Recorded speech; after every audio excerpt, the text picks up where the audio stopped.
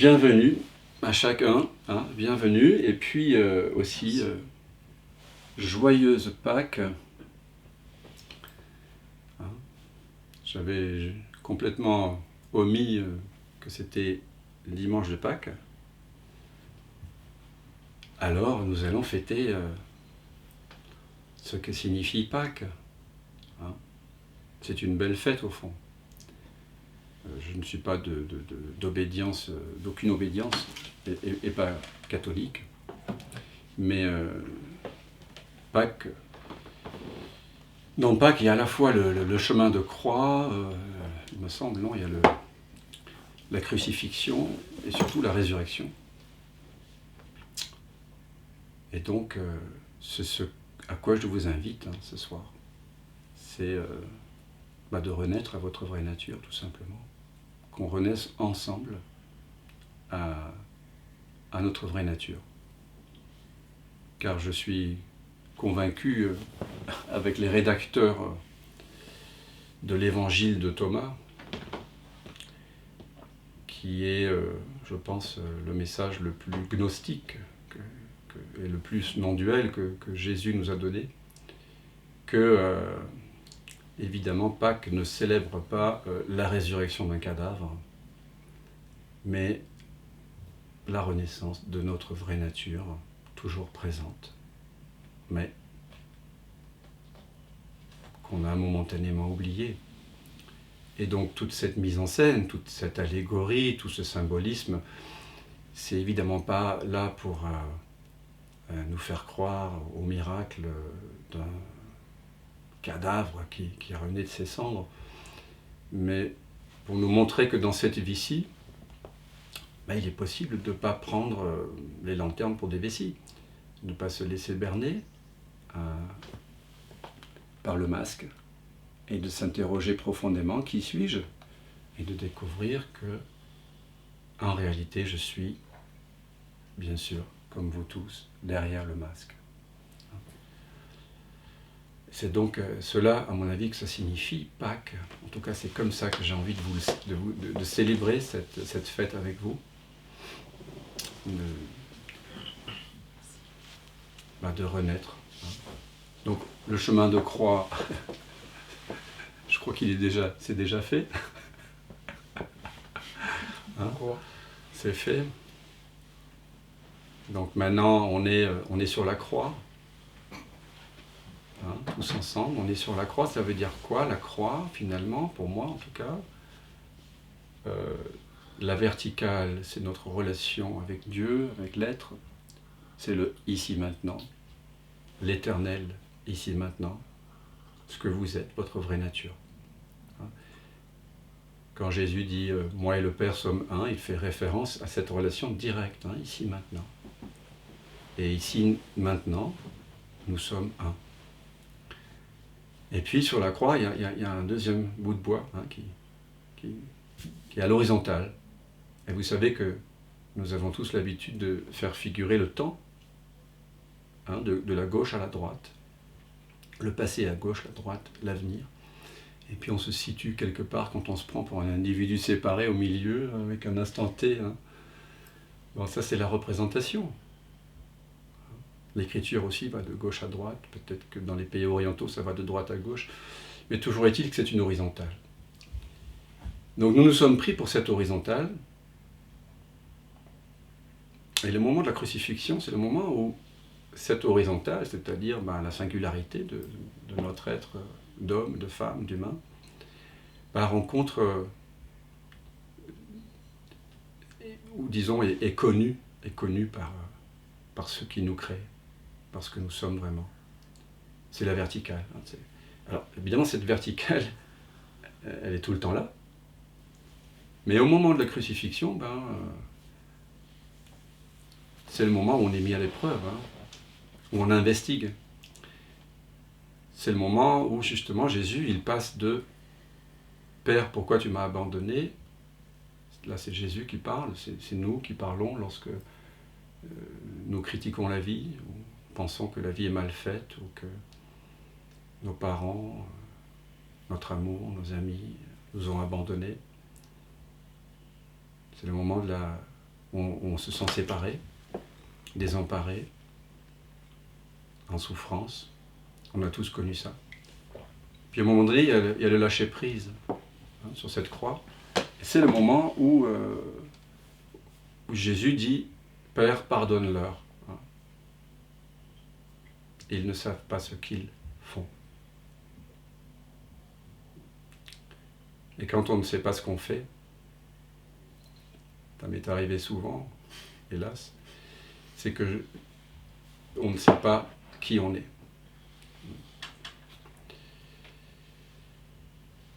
Donc, c'est le passage où Jésus, qui se prend pour un homme dans le temps, qui est né, qui va mourir, qui souffre atrocement.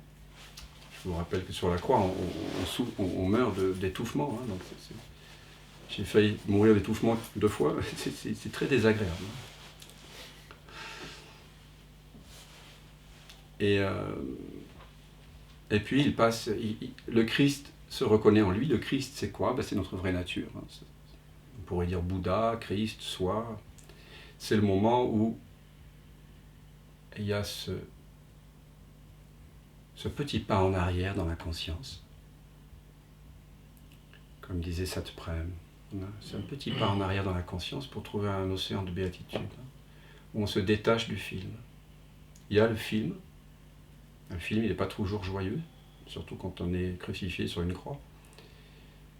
Mais c'est un film. Et même sur la croix, au cœur du chaos du quotidien, je suis sûr que vous avez tous vécu des tempêtes, peut-être certains d'entre vous en vivent en ce moment. Et bien même au cœur de la pire expérience. Et je vous parle de quelque chose qui est vécu. Il est possible de reconnaître que je suis l'œil au cœur du cyclone. Il y a en moi cette présence vertigineuse, verticale, avec Dieu, avec le Père, avec l'être, avec ce que je suis tout simplement. Pas besoin d'utiliser de grands mots. Mais vous êtes tous en ce moment en train d'être, et c'est cet être que nous célébrons, que nous redécouvrons ensemble ici. Et c'est ça finalement la crucifixion. C'est la crucifixion symboliquement, c'est la mort, la fin de l'illusion, la fin de la croyance que je suis un être séparé, un ego séparé, un moi, un organisme corps mental, quelqu'un qui serait au contrôle de ses pensées, qui contrôlerait ses actes, qui disposerait donc d'un libre arbitre, un moi séparé du monde, des autres, et de Dieu, du coup. C'est fou d'ailleurs de croire que, et c'est la croyance que édictent la plupart des religions, en tout cas dans leur partie exotérique, que l'homme est séparé de Dieu, que nous sommes séparés. Si on se croit séparé de Dieu, alors ça veut dire que Dieu n'est pas infini.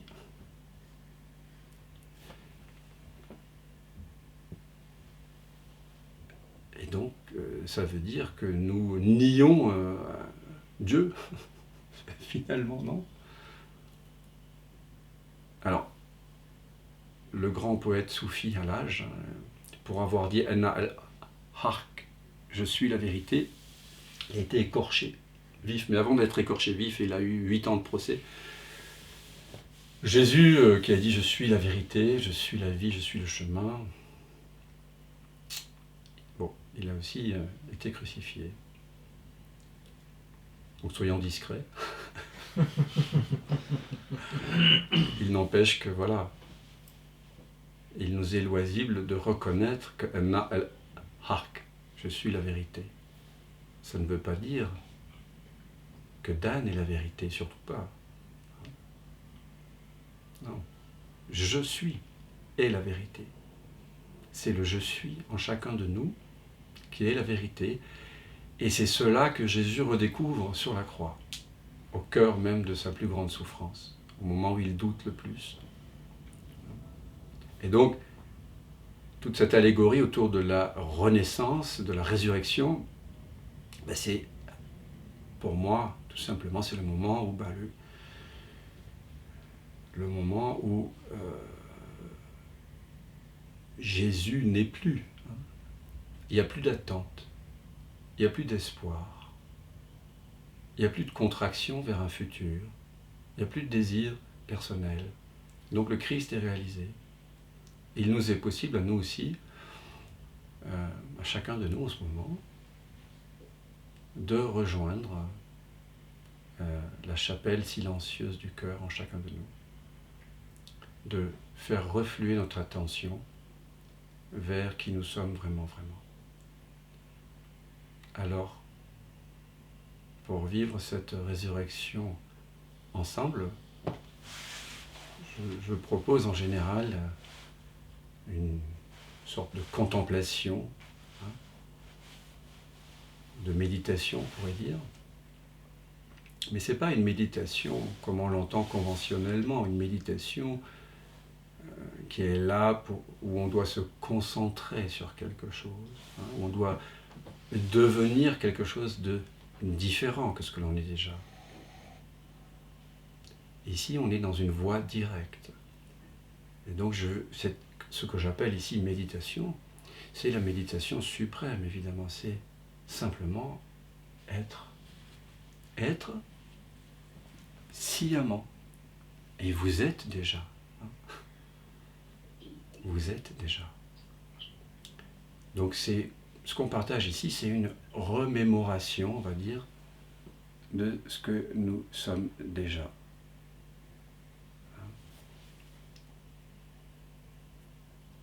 Tout simplement. Et c'est comme ça qu'on va fêter Pâques ensemble. On va discriminer ensemble entre ce qui est irréel et ce qui est réel.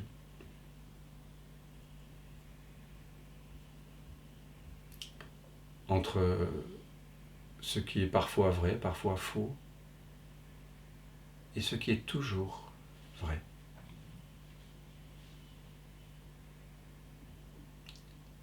Entre le rêve et le rêveur. Entre ce qui est transitoire et ce qui est permanent. Entre la confusion et la clarté. Entre l'apparence et l'essence.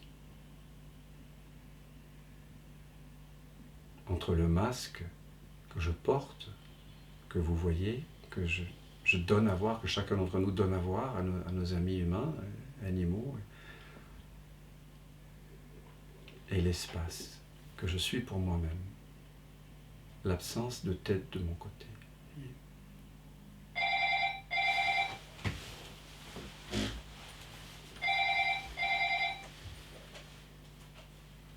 Voilà, c'est l'heure de la réalisation.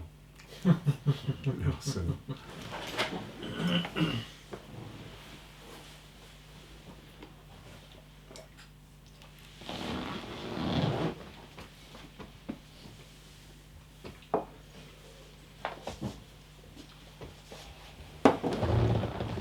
Alors traditionnellement, en Inde, mais pas seulement en Inde, dans toutes les voies authentiques non duelles, pour découvrir qui l'on est vraiment, on opère par ce qu'on appelle une voie négative, une voie apophatique. On est invité à se séparer de tout ce qu'on n'est pas, pour découvrir qui l'on est véritablement. C'est pour ça que dans l'évangile de Thomas, Jésus nous invite à séparer le bon grain de l'ivraie.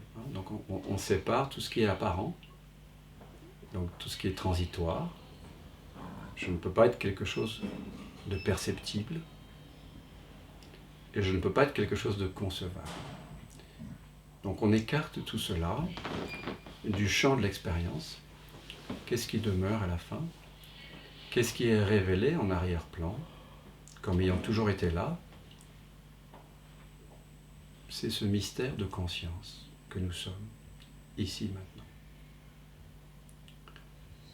Donc traditionnellement en Inde, on utilise cette voie qu'on appelle le neti-neti. Ni ceci ni cela.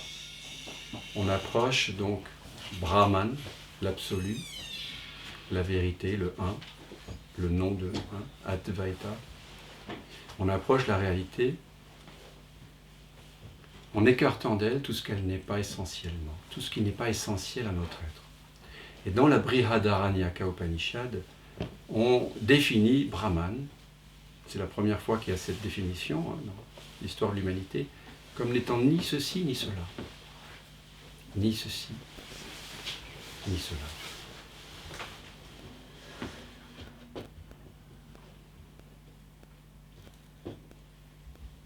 Shankaracharya, qui est un des grands maîtres de l'Advaita Vedanta, a formulé au 8e siècle cela d'une façon très poétique, dans un poème que je lis souvent, notamment dans les stages de 9 jours, qui s'appelle le Nirvana Shatkam. Le Nirvana signifie l'extinction du moi. Shatkam, c'est la poésie en 6 strophes. Et donc dans ces 6 strophes, les 3 premières, dans chaque strophe, il y a 4 vers. Dans les 3 premiers vers, il dit tout ce qu'on n'est pas. Tout ce qu'on n'est pas. Bienvenue. Et dans la 4e strophe se révèle, comme par magie, comme la brume se lève, je ne suis pas les mantras, je ne suis pas la pratique, je ne suis pas les rituels, je ne suis pas le karma, je ne suis pas ceci, cela. Et le 4e vers, c'est sous forme de béatitude et de conscience, je suis Shiva, je suis Shiva. Alors, comme il était shivaïste, Shiva veut dire l'absolu, donc c'est je suis ma vraie nature, hein, je suis le soi. Donc traditionnellement, on fait comme ça en Inde. Et c'est aussi la vision des soufis. Hein. Quand vous lisez Rumi ou Ibn Arabi, c'est pareil, c'est-à-dire Rumi lui-même qui va dire quand on est un vrai soufi ne se sent pas soufi. Quand on réalise sa vraie nature, on n'est ni soufi, ni chrétien, ni ceci, ni cela. Et Maître Eckhart, pareil, dans le XIIIe siècle, le maître dominicain, qui est un des grands porte-voix de la non-dualité dans la tradition chrétienne, nous dit qu'il faut se libérer de toute image de Dieu pour découvrir Dieu, il faut se libérer de la volonté même de Dieu. Donc c'est toujours ce soin particulier qu'on prend à se séparer de tout imaginaire, vous voyez ? Parce qu'on peut très vite joindre à Dieu, ou à la réalité, ou à Brahman, des fantasmes qu'on aurait sur ce qu'est la réalité, des projections anthropomorphiques. Donc on découvre la vérité d'une façon négative. Et c'est aussi comme ça que je l'ai découverte, finalement. Bon, bien sûr, j'ai eu un maître vivant qui en posant ses mains sur moi, me faisait monter tout ce que je n'étais pas. Toutes les émotions, les peurs, les désirs, tout ce qui était faux. Et à la fin de chaque séance, j'étais à nouveau, je suis tout simplement, était débarrassé, on va dire. Donc on le faisait beaucoup dans le senti avec lui. Plus tard, j'ai appris à le faire à travers le neti-neti, qu'on va pratiquer ensemble maintenant. Donc à écarter de moi tout ce que je ne suis pas essentiellement, c'est-à-dire tout ce qui est perceptible. Tout ce qui est perceptible. Car vous êtes, bien sûr, ce qui perçoit. Vous êtes ce qui est conscient. Et vous savez que vous êtes conscience. Vous le savez. C'est pour ça qu'on se retrouve ici ce soir. Il n'y a pas de... Il n'y a pas de miracle, j'allais dire. Si, c'est ça le miracle. c'est que nous le pressentons tous. Et donc on peut se débarrasser de tous ces imaginaires qu'on a joints à je suis. Je suis un homme, je suis une femme, je suis un humain, je suis en bonne santé, je suis malade, je suis chanteur, je suis cordonnier, je suis marié, je suis divorcé, je suis père, je suis un pauvre être abandonné, je suis éveillé. Ça fait partie de la panoplie des identités à laisser tomber, celle de l'éveil. Faites attention qu'elle ne vous colle pas à la peau de l'espace. Et donc le neti-neti, cette approche négative est très importante. On va donc laisser tout ce qu'on n'est pas se dissoudre. Et vous verrez, à un moment donné, vous ne direz peut-être pas « je suis sous forme de béatitude et de conscience, je suis Shiva, je suis Shiva », vous ne direz peut-être rien, mais qu'importe ce que vous direz, ce que vous ne direz pas, mais la révélation est au bout de ce chemin, qui n'est pas un chemin, vous le comprenez, parce qu'il n'y a pas de chemin à faire pour écarter le faux. Il n'y a pas de chemin à accomplir pour réaliser que le serpent n'est pas un serpent. Il y a juste à voir. Ah oui, c'est une corde. Donc voilà, c'est un peu paradoxal. Il semble qu'il y ait un chemin pour aller vers soi, mais en réalité, il n'y en a pas, évidemment. Alors, la plus belle façon, pour moi, dans toutes les pratiques, ma vie, ça a été donc à la fois un chemin de reconnaissance de ma vraie nature, et un chemin aussi pour essayer de partager ce que j'avais découvert. C'est pour ça que les gens qui viennent à mes stages de 9 jours découvrent des façons de faire, parfois un peu originales, parce que ce qui m'intéresse, c'est de vous donner des outils, entre guillemets, de réalisation, des clés de non-dualité simples, pour déconstruire ce que vous n'êtes pas. Alors, m'est venue cette pratique, suite notamment la découverte de l'enseignement de Nagarjuna, qui est un bouddhiste du IIIe siècle, et qui, comme beaucoup d'êtres éveillés, forcément, quand on s'éveille à sa vraie nature, on met un grand coup de pied dans la fourmilière des traditions. Donc lui, il a mis un grand coup de pied dans la fourmilière de la tradition bouddhiste telle qu'elle était en train de se scléroser. Vous savez que voilà, quand les gens ne vivent pas cette vertigineuse verticalité là, de l'ici maintenant, ils commencent, au lieu de faire référence au Père lui-même, ils commencent à créer des repères, de la morale, il faut faire ceci, il faut faire cela, voilà, les femmes d'un côté, les messieurs de l'autre, pas de ceci, pas d'alcool, pas de sexe, pas... Vous connaissez la chanson. Alors Nagarjuna arrive à un moment donné, comme Huineng, plus tard aussi dans le Chan chinois, ils ont redécouvert leur vraie nature. Et quand un être redécouvre sa vraie nature, il ne peut pas se contenter d'expliciter des repères. Vous voyez ? Il doit avoir un enseignement vivant, direct. Et donc Nagarjuna m'a enseigné ce jeu de révélation que je vais partager avec vous, là, pour fêter Pâques, la renaissance à votre vraie nature. Et vous verrez que si vous y jouez avec honnêteté, vous ne pouvez pas manquer la cible. Vous ne pouvez pas la manquer. Je vous rappelle que péché vient du mot hamartia, qui veut dire manquer la cible. Donc on va... Et c'est donc un jeu de révélation qui est comme un neti-neti, mais un peu différent. D'accord ? Dans cette pratique, je vais vous inviter, et c'est la phrase la plus importante, c'est la phrase initiale de cette pratique, sans faire référence à la mémoire, sans faire référence à la pensée. Bon. C'est la principale difficulté. Vous l'admettrez peut-être. Je vais vous proposer 3 propositions. Il y en a une qui est très honnête parmi les 3. Et vous verrez celle vers laquelle vous irez. Parce que ici, vous êtes souverain, vous êtes votre propre souverain. C'est vous qui allez réaliser. Moi, je vous propose un petit jeu de révélation. Bienvenue, Dominique. Mais Mais c'est vous voilà, qui allez opérer le choix entre un pôle de dualité, un autre pôle de dualité, ou ni l'un ni l'autre. Vous verrez bien par vous-même.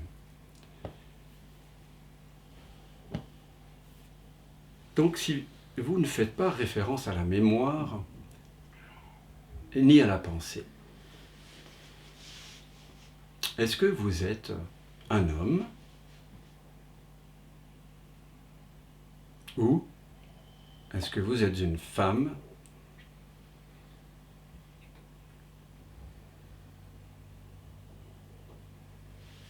Ah, j'avais oublié la troisième. Ou, sans faire référence à la pensée, ni à la mémoire, ni l'un ni l'autre.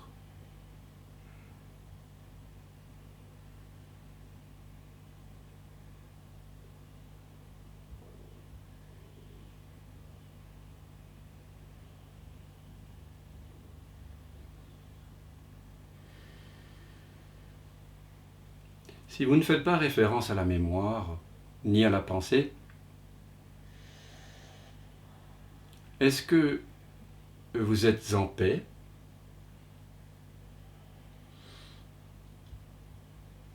Ou est-ce que vous êtes en recherche de quelque chose de plus que maintenant ? Et donc, dans la non-paix, est-ce qu'il vous manque quelque chose ?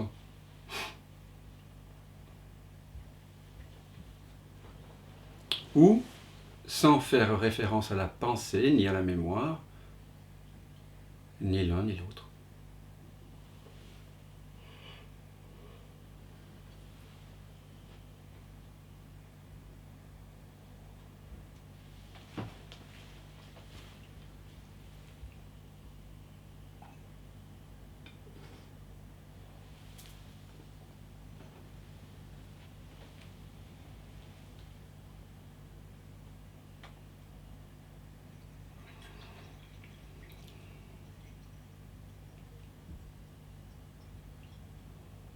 Si vous ne faites pas référence à la mémoire ni à la pensée,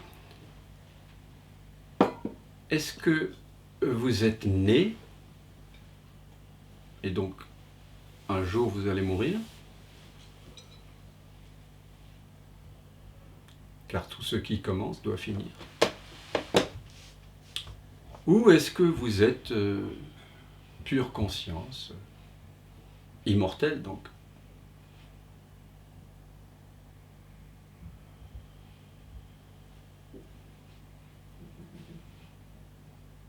Ou, sans la mémoire, sans la pensée, ni l'un ni l'autre.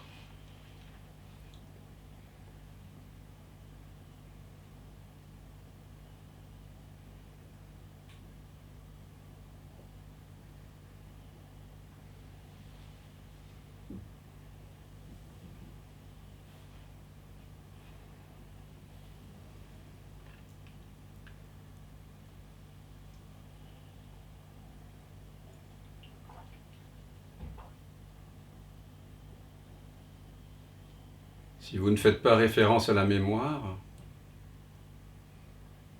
est-ce que vous êtes un bourreau ou une victime ?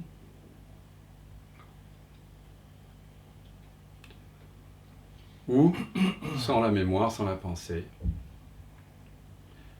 ni l'un ni l'autre.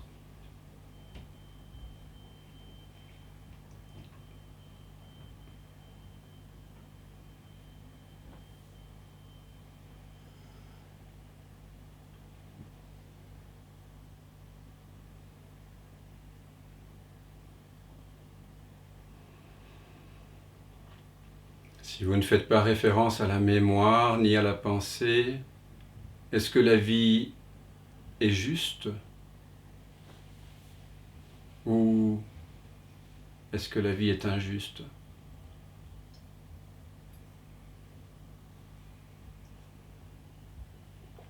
Ou, sans faire référence à la mémoire ni à la pensée, ni l'un ni l'autre.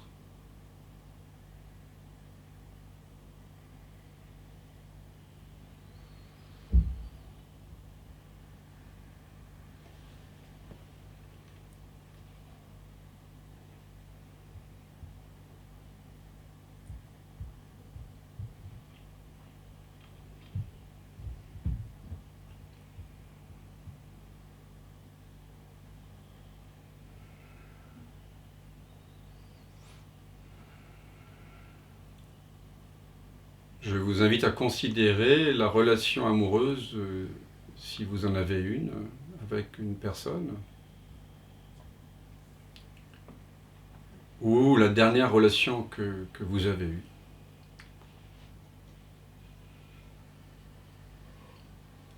Et si vous ne faites pas référence à la mémoire ni à la pensée,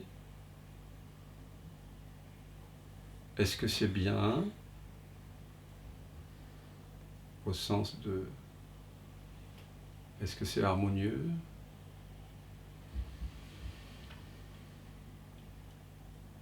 Ou, sans la mémoire, sans la pensée, est-ce que c'est non harmonieux?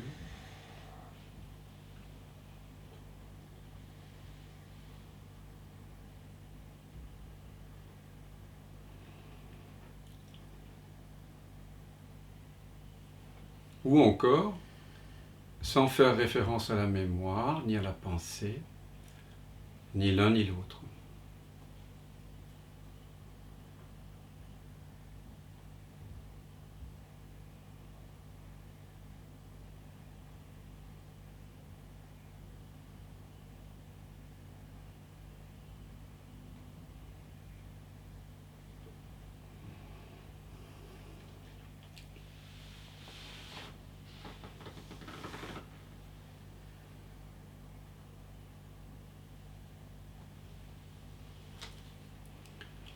Maintenant, considérez des événements ou un événement qui a lieu dans le monde, voilà, dont vous avez eu connaissance récemment ou il y a longtemps,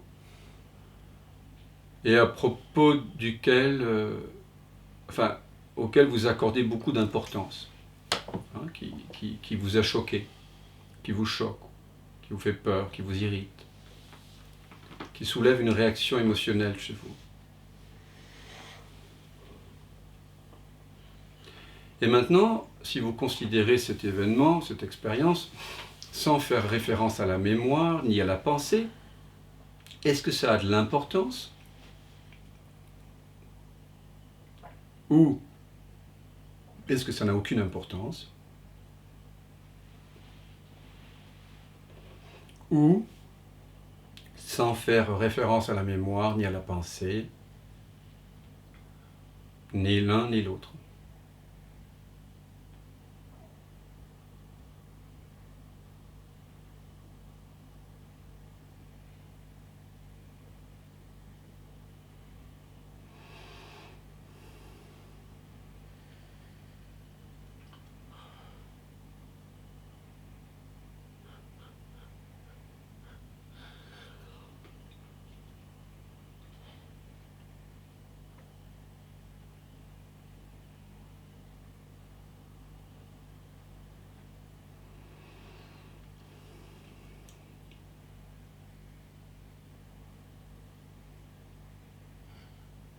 Pensez à votre vie telle qu'elle s'est déroulée, l'histoire de votre vie.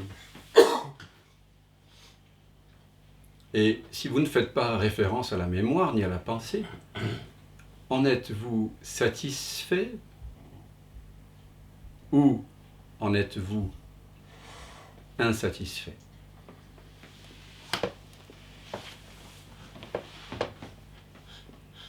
Ou encore, si vous ne faites pas référence à la mémoire ni à la pensée, ni l'un ni l'autre.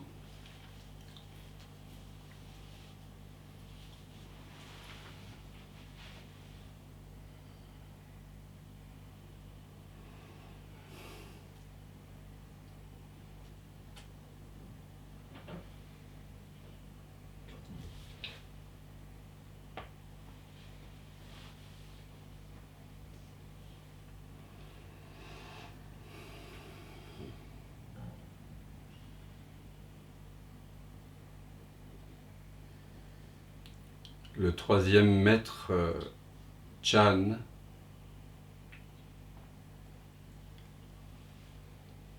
du bouddhisme donc chinois, disait: la grande voie, c'est-à-dire l'éveil, est aisée pour celui qui est sans préférence, sans attachement. Qu'est-ce que l'ego? Sinon, une croyance et une impression d'attachement. Une croyance, c'est une contraction autour d'une pensée qui soudain est devenue sérieuse. Et ce sérieux a pour corollaire une contraction dans le corps, parce qu'on y accorde de l'importance. Nous sommes en train, mes amis, de dissoudre les attachements, dissoudre l'attente. Ici, on ne se préoccupe pas d'atteindre l'objet du désir.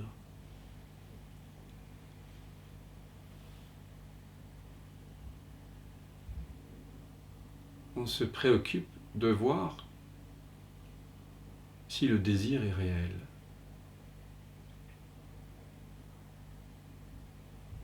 Et tout d'un coup, il s'évanouit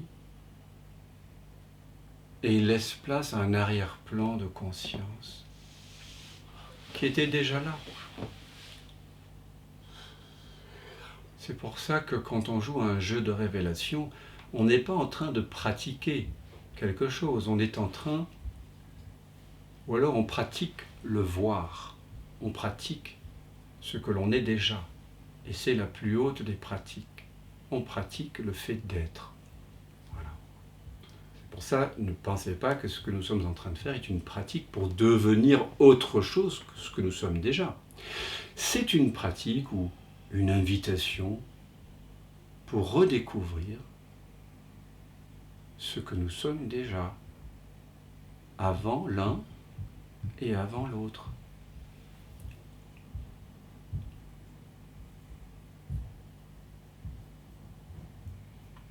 Si vous ne faites pas référence à la mémoire ni à la pensée, est-ce que vous avez le choix?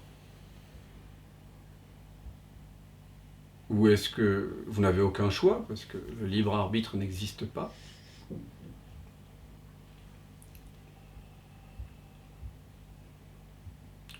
Ou, sans faire référence à la pensée ni à la mémoire, ni l'un ni l'autre.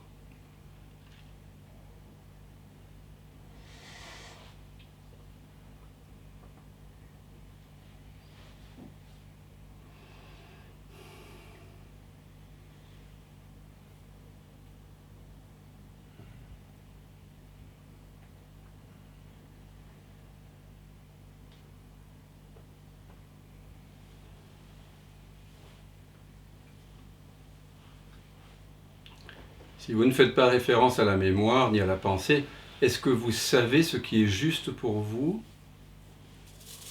Ou est-ce que vous ne le savez pas? Ou, sans faire référence à la mémoire ni à la pensée, ni l'un ni l'autre.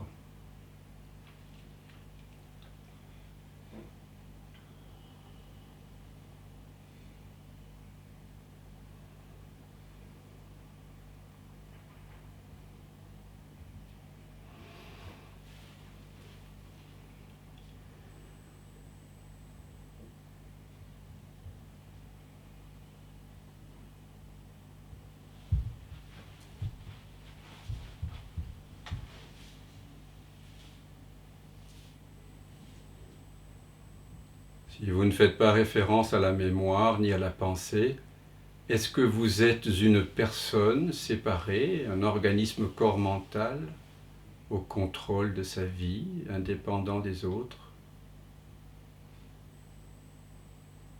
séparé? Ou êtes-vous le sans forme, qui prend toute forme?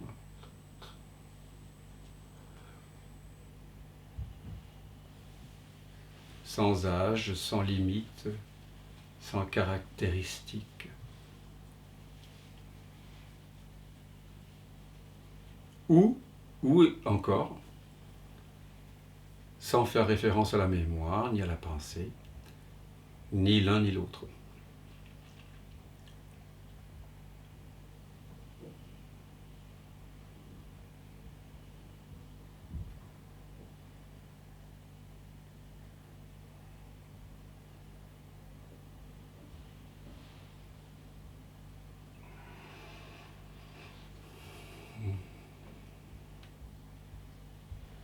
Si vous ne faites pas référence à la mémoire ni à la pensée, êtes-vous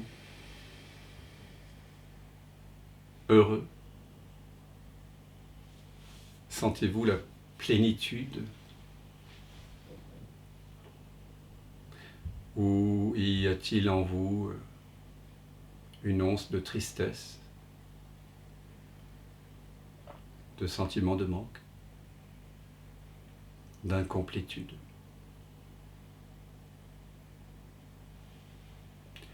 Ou, sans faire référence à la pensée, ni à la mémoire, ni l'un ni l'autre.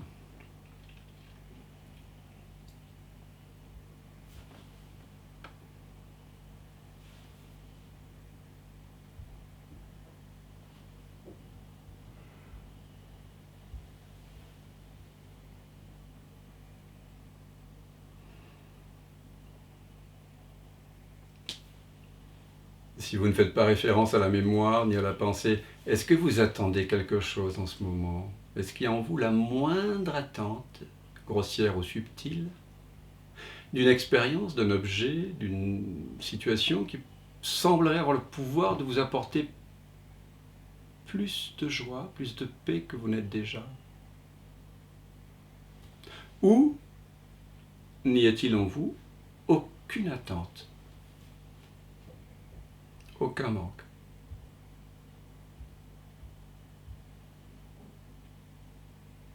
Ou encore, troisième proposition, sans faire référence à la mémoire, ni à la pensée, ni l'un ni l'autre.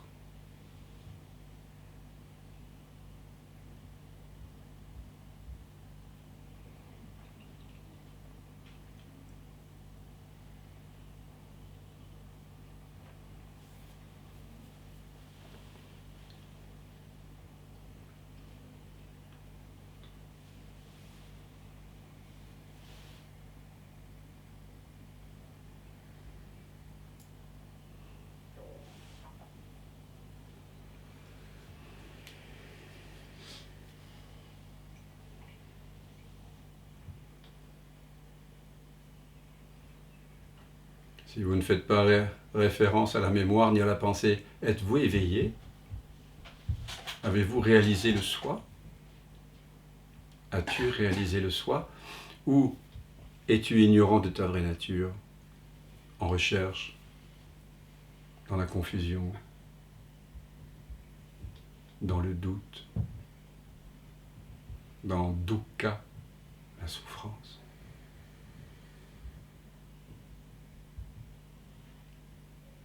Ou encore, troisième proposition, sans faire référence à la mémoire ni à la pensée, ni l'un ni l'autre.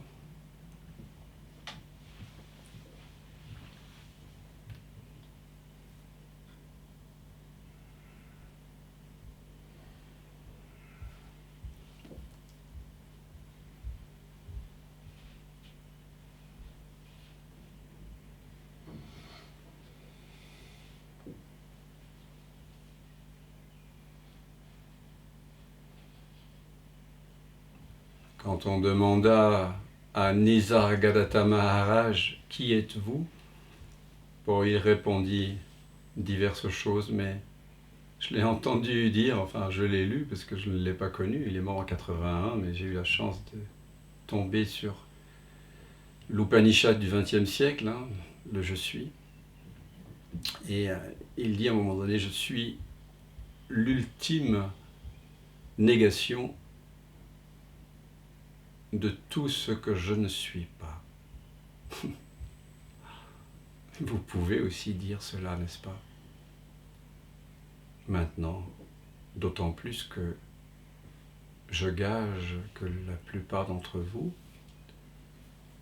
vous avez fini par consentir à ni l'un ni l'autre, parce que sans la mémoire, sans la pensée, même s'il y avait parfois un élan de dire ceci, cela, il y a un élan encore plus magnétique, plus aimantant vers le silence en vous, hein, vers le silence primordial de ni l'un ni l'autre, hein, comme une sorte d'attraction mystérieuse vers la vérité.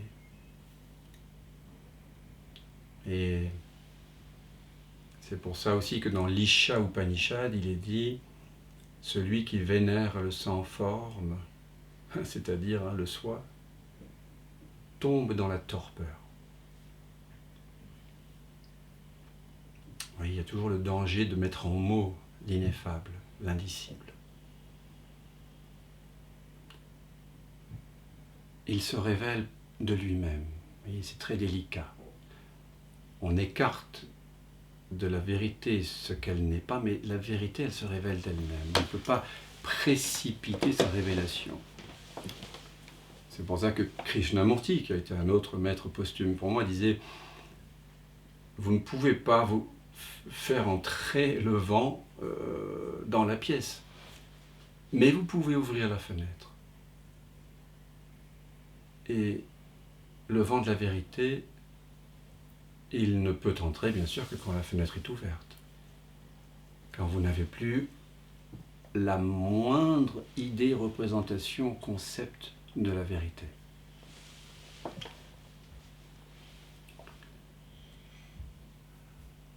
Bon, dans cet Upanishad, on disait aussi après que si on vénérait la forme, on tombait dans une torpeur plus grande, évidemment. Hein. Mais ne tombons pas dans le piège de la contraction, du sérieux. Parce qu'on peut tout de suite, vous voyez comment on peut faire du soi, de l'inexprimable, un concept. C'est très délicat.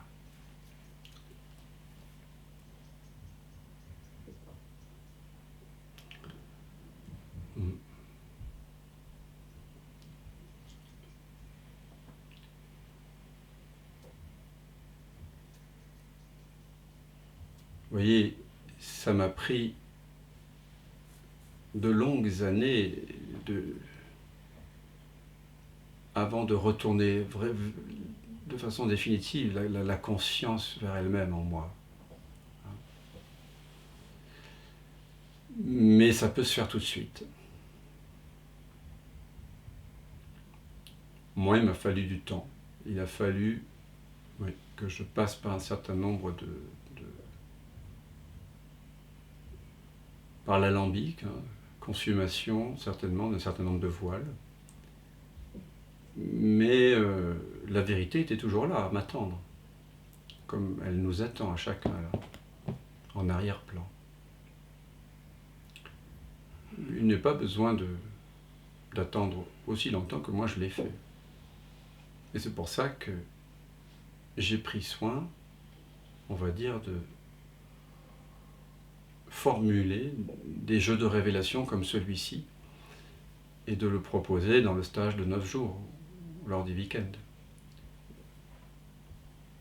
Des pratiques très simples qui révèlent notre vraie nature déjà présente.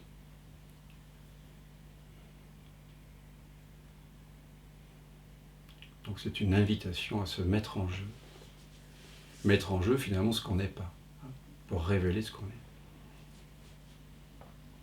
Donc je vous invite ce soir, pour fêter Pâques ensemble, à vous mettre en jeu, voilà, complètement. Voilà. Mettre à nu, se rendre vulnérable. Voilà, c'est juste, c'est le seul ingrédient, c'est l'authenticité.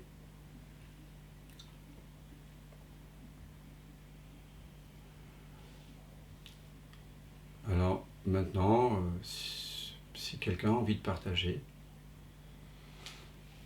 ou si quelqu'un a envie de clarifier quelque chose qui n'est pas clair, partageons.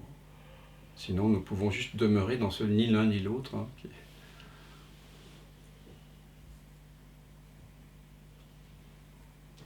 qui est bien plus juste que tout ce que nous pourrions en dire.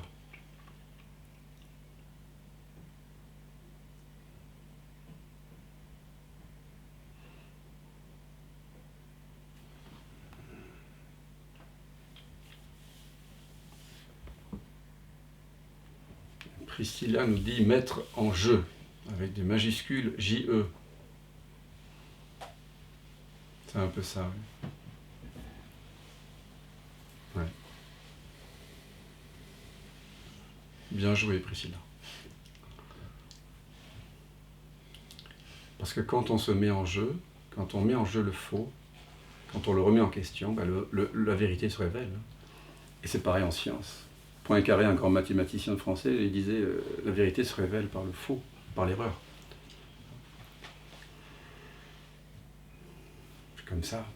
En spiritualité, c'est la même chose.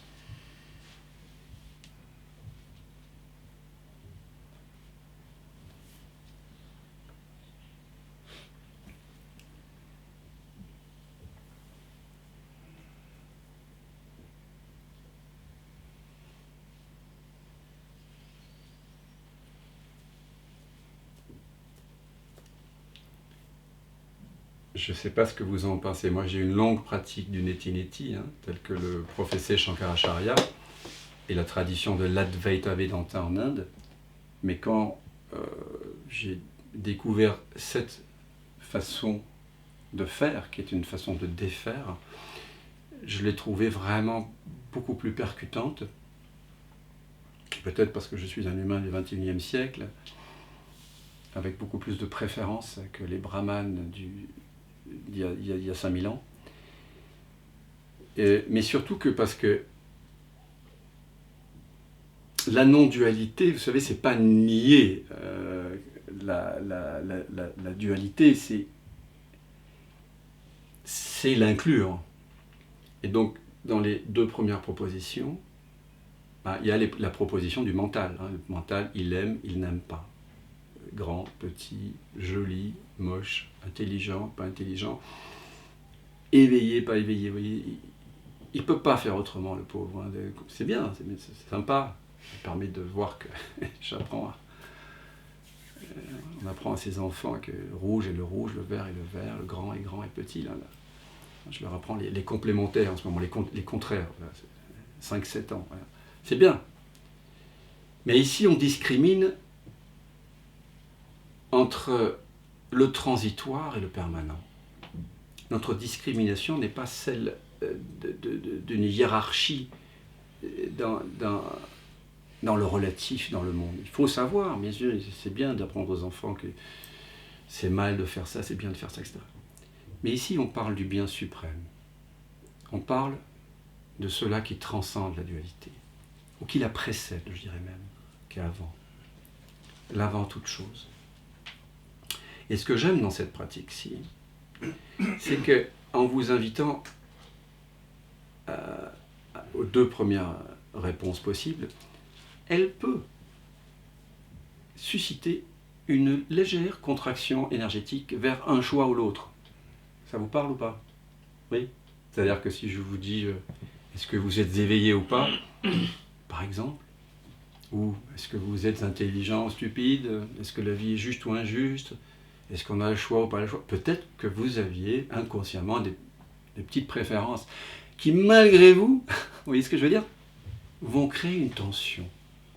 Eh bien, la spiritualité, pour moi, c'est l'acte de voir cette tension qui s'exprime là. Parce que dans cette tension-là, c'est ça l'ego. L'ego, c'est une tension vers une préférence. C'est un attachement. Donc l'ego n'est pas une entité. C'est une dynamique de pensée et une contraction. Mais dans cette pratique-ci, vous avez l'occasion que le faux se révèle. Et donc la vérité de ni l'un ni l'autre est encore plus resplendit encore plus en arrière-plan. Alors je vois que les mains sont levées, Jean-Pierre Serrandour, ouvre ton micro. Et quoi? Bonsoir Jean-Pierre. Bonsoir. C'est une approche intéressante, que je trouve intéressante. Je ne connaissais pas cette forme d'exercice, les diossessions-là. Je vois effectivement qu'il y a pas l'aller-retour, mais la navigation entre éventuellement une des propositions ou bien la dernière. Et j'en ai même rajouté une quatrième, il y avait à la fois la première et la deuxième. Parce qu'on est ni l'un ni l'autre, mais on peut aussi être l'un et l'autre. Par exemple, on peut voir la vie comme juste et comme injuste, Oui, parfois. on peut, Mais effectivement, il y a un mouvement qui de résorption. tend vers ça, et après ça revient au silence. Exactement. Et ce silence-là qui t'est révélé, lorsqu'il n'y a plus aucune attraction vers un des deux pôles, eh bien c'est toi-même. C'est le soi. C'est ce que tu es. Par contre, quand tu dis que il y a encore une quatrième proposition, etc., c'est qu'il y a la mémoire. Si vraiment on regarde sans la mémoire, ça ne peut pas être l'un ou l'autre, ou un troisième, ou un quatrième. C'est toujours ni l'un ni l'autre. Ce n'est ni ceci, ni cela. Toujours. Si, sans la mémoire. On est d'accord avec ça ou pas? Oui. Ouais. Et en même temps, quand tu poses la question, ça part de l'intellect, ça part de la pensée. Je vous invite, moi j'ai une façon de faire un peu différente peut-être, mais j'aime bien me faire l'avocat du diable. On va tenter l'ego. L'ego n'est pas une entité, mais on va regarder. Hein, on va voir si c'est... Les deux premières questions sont des questions qui ont rapport avec ce qu'on appelle traditionnellement l'ego, c'est la polarité désir-peur. Et donc, peut-être comme certains ici, en présentiel, viennent de me le dire, hein, j'ai compris en leur posant la question, peut-être que toi aussi tu as senti un élan, comme tu l'as exprimé là, à plusieurs reprises, vers un ou l'autre des pôles. Et puis tout d'un coup arrive la vérité, encore elle est réaffirmée que c'est sans la mémoire, sans la pensée. Tu es obligé de lâcher prise devant la vérité. Si ton amour, bien sûr, pour la vérité est un amour inconditionnel. Et c'est pour ça qu'on ne se réunit pas ici, on n'est pas 1 million. Il y a peut-être 1 million de personnes sur TF1 ce soir. Bon, ici, on est une petite cinquantaine, une dizaine, on est soixantaine, quoi. Et donc, on a ce désir de vérité brûlant. On veut la vérité. Même si, ça coince un peu, quand même, je suis quand même éveillé. Ou non, la vie, elle est quand même injuste. Oui, mais sans la mémoire, sans la pensée. Ah oui, c'est vrai, j'avais oublié ça. On se détend. Et tu l'as dit, tu as utilisé le mot paix. Hein? Il y a une sorte de détente progressive vers la paix. Est-ce que vous avez tous senti ça, vous qui êtes présents ici? Oui. Bon, ce sont des très très bons disciples. Hein. je les ai un peu briefés avant. On aura quelque chose de différent après, hein, mais... T'as envie de dire non? Donc, Mais j'ai pas inventé l'eau chaude, les amis. Hein. Je ne fais que réitérer ce qui a été dit depuis, ce que tous les sages, tous les philosophes, tous les gens qui ont découvert la vraie nature nous disent depuis 6000 ans.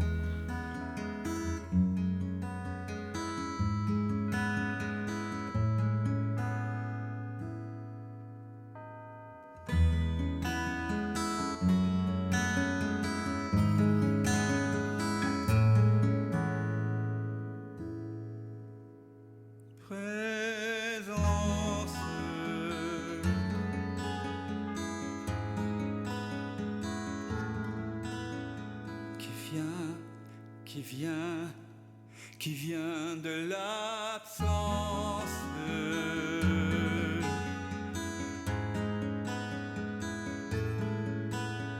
qui ce rêve présent, qui donne naissance à ce grand rêve qu'est l'univers et que l'on nomme la vie. Mais la vie, c'est quoi? C'est quoi? La vie n'est que danse, évidence de l'unique présence.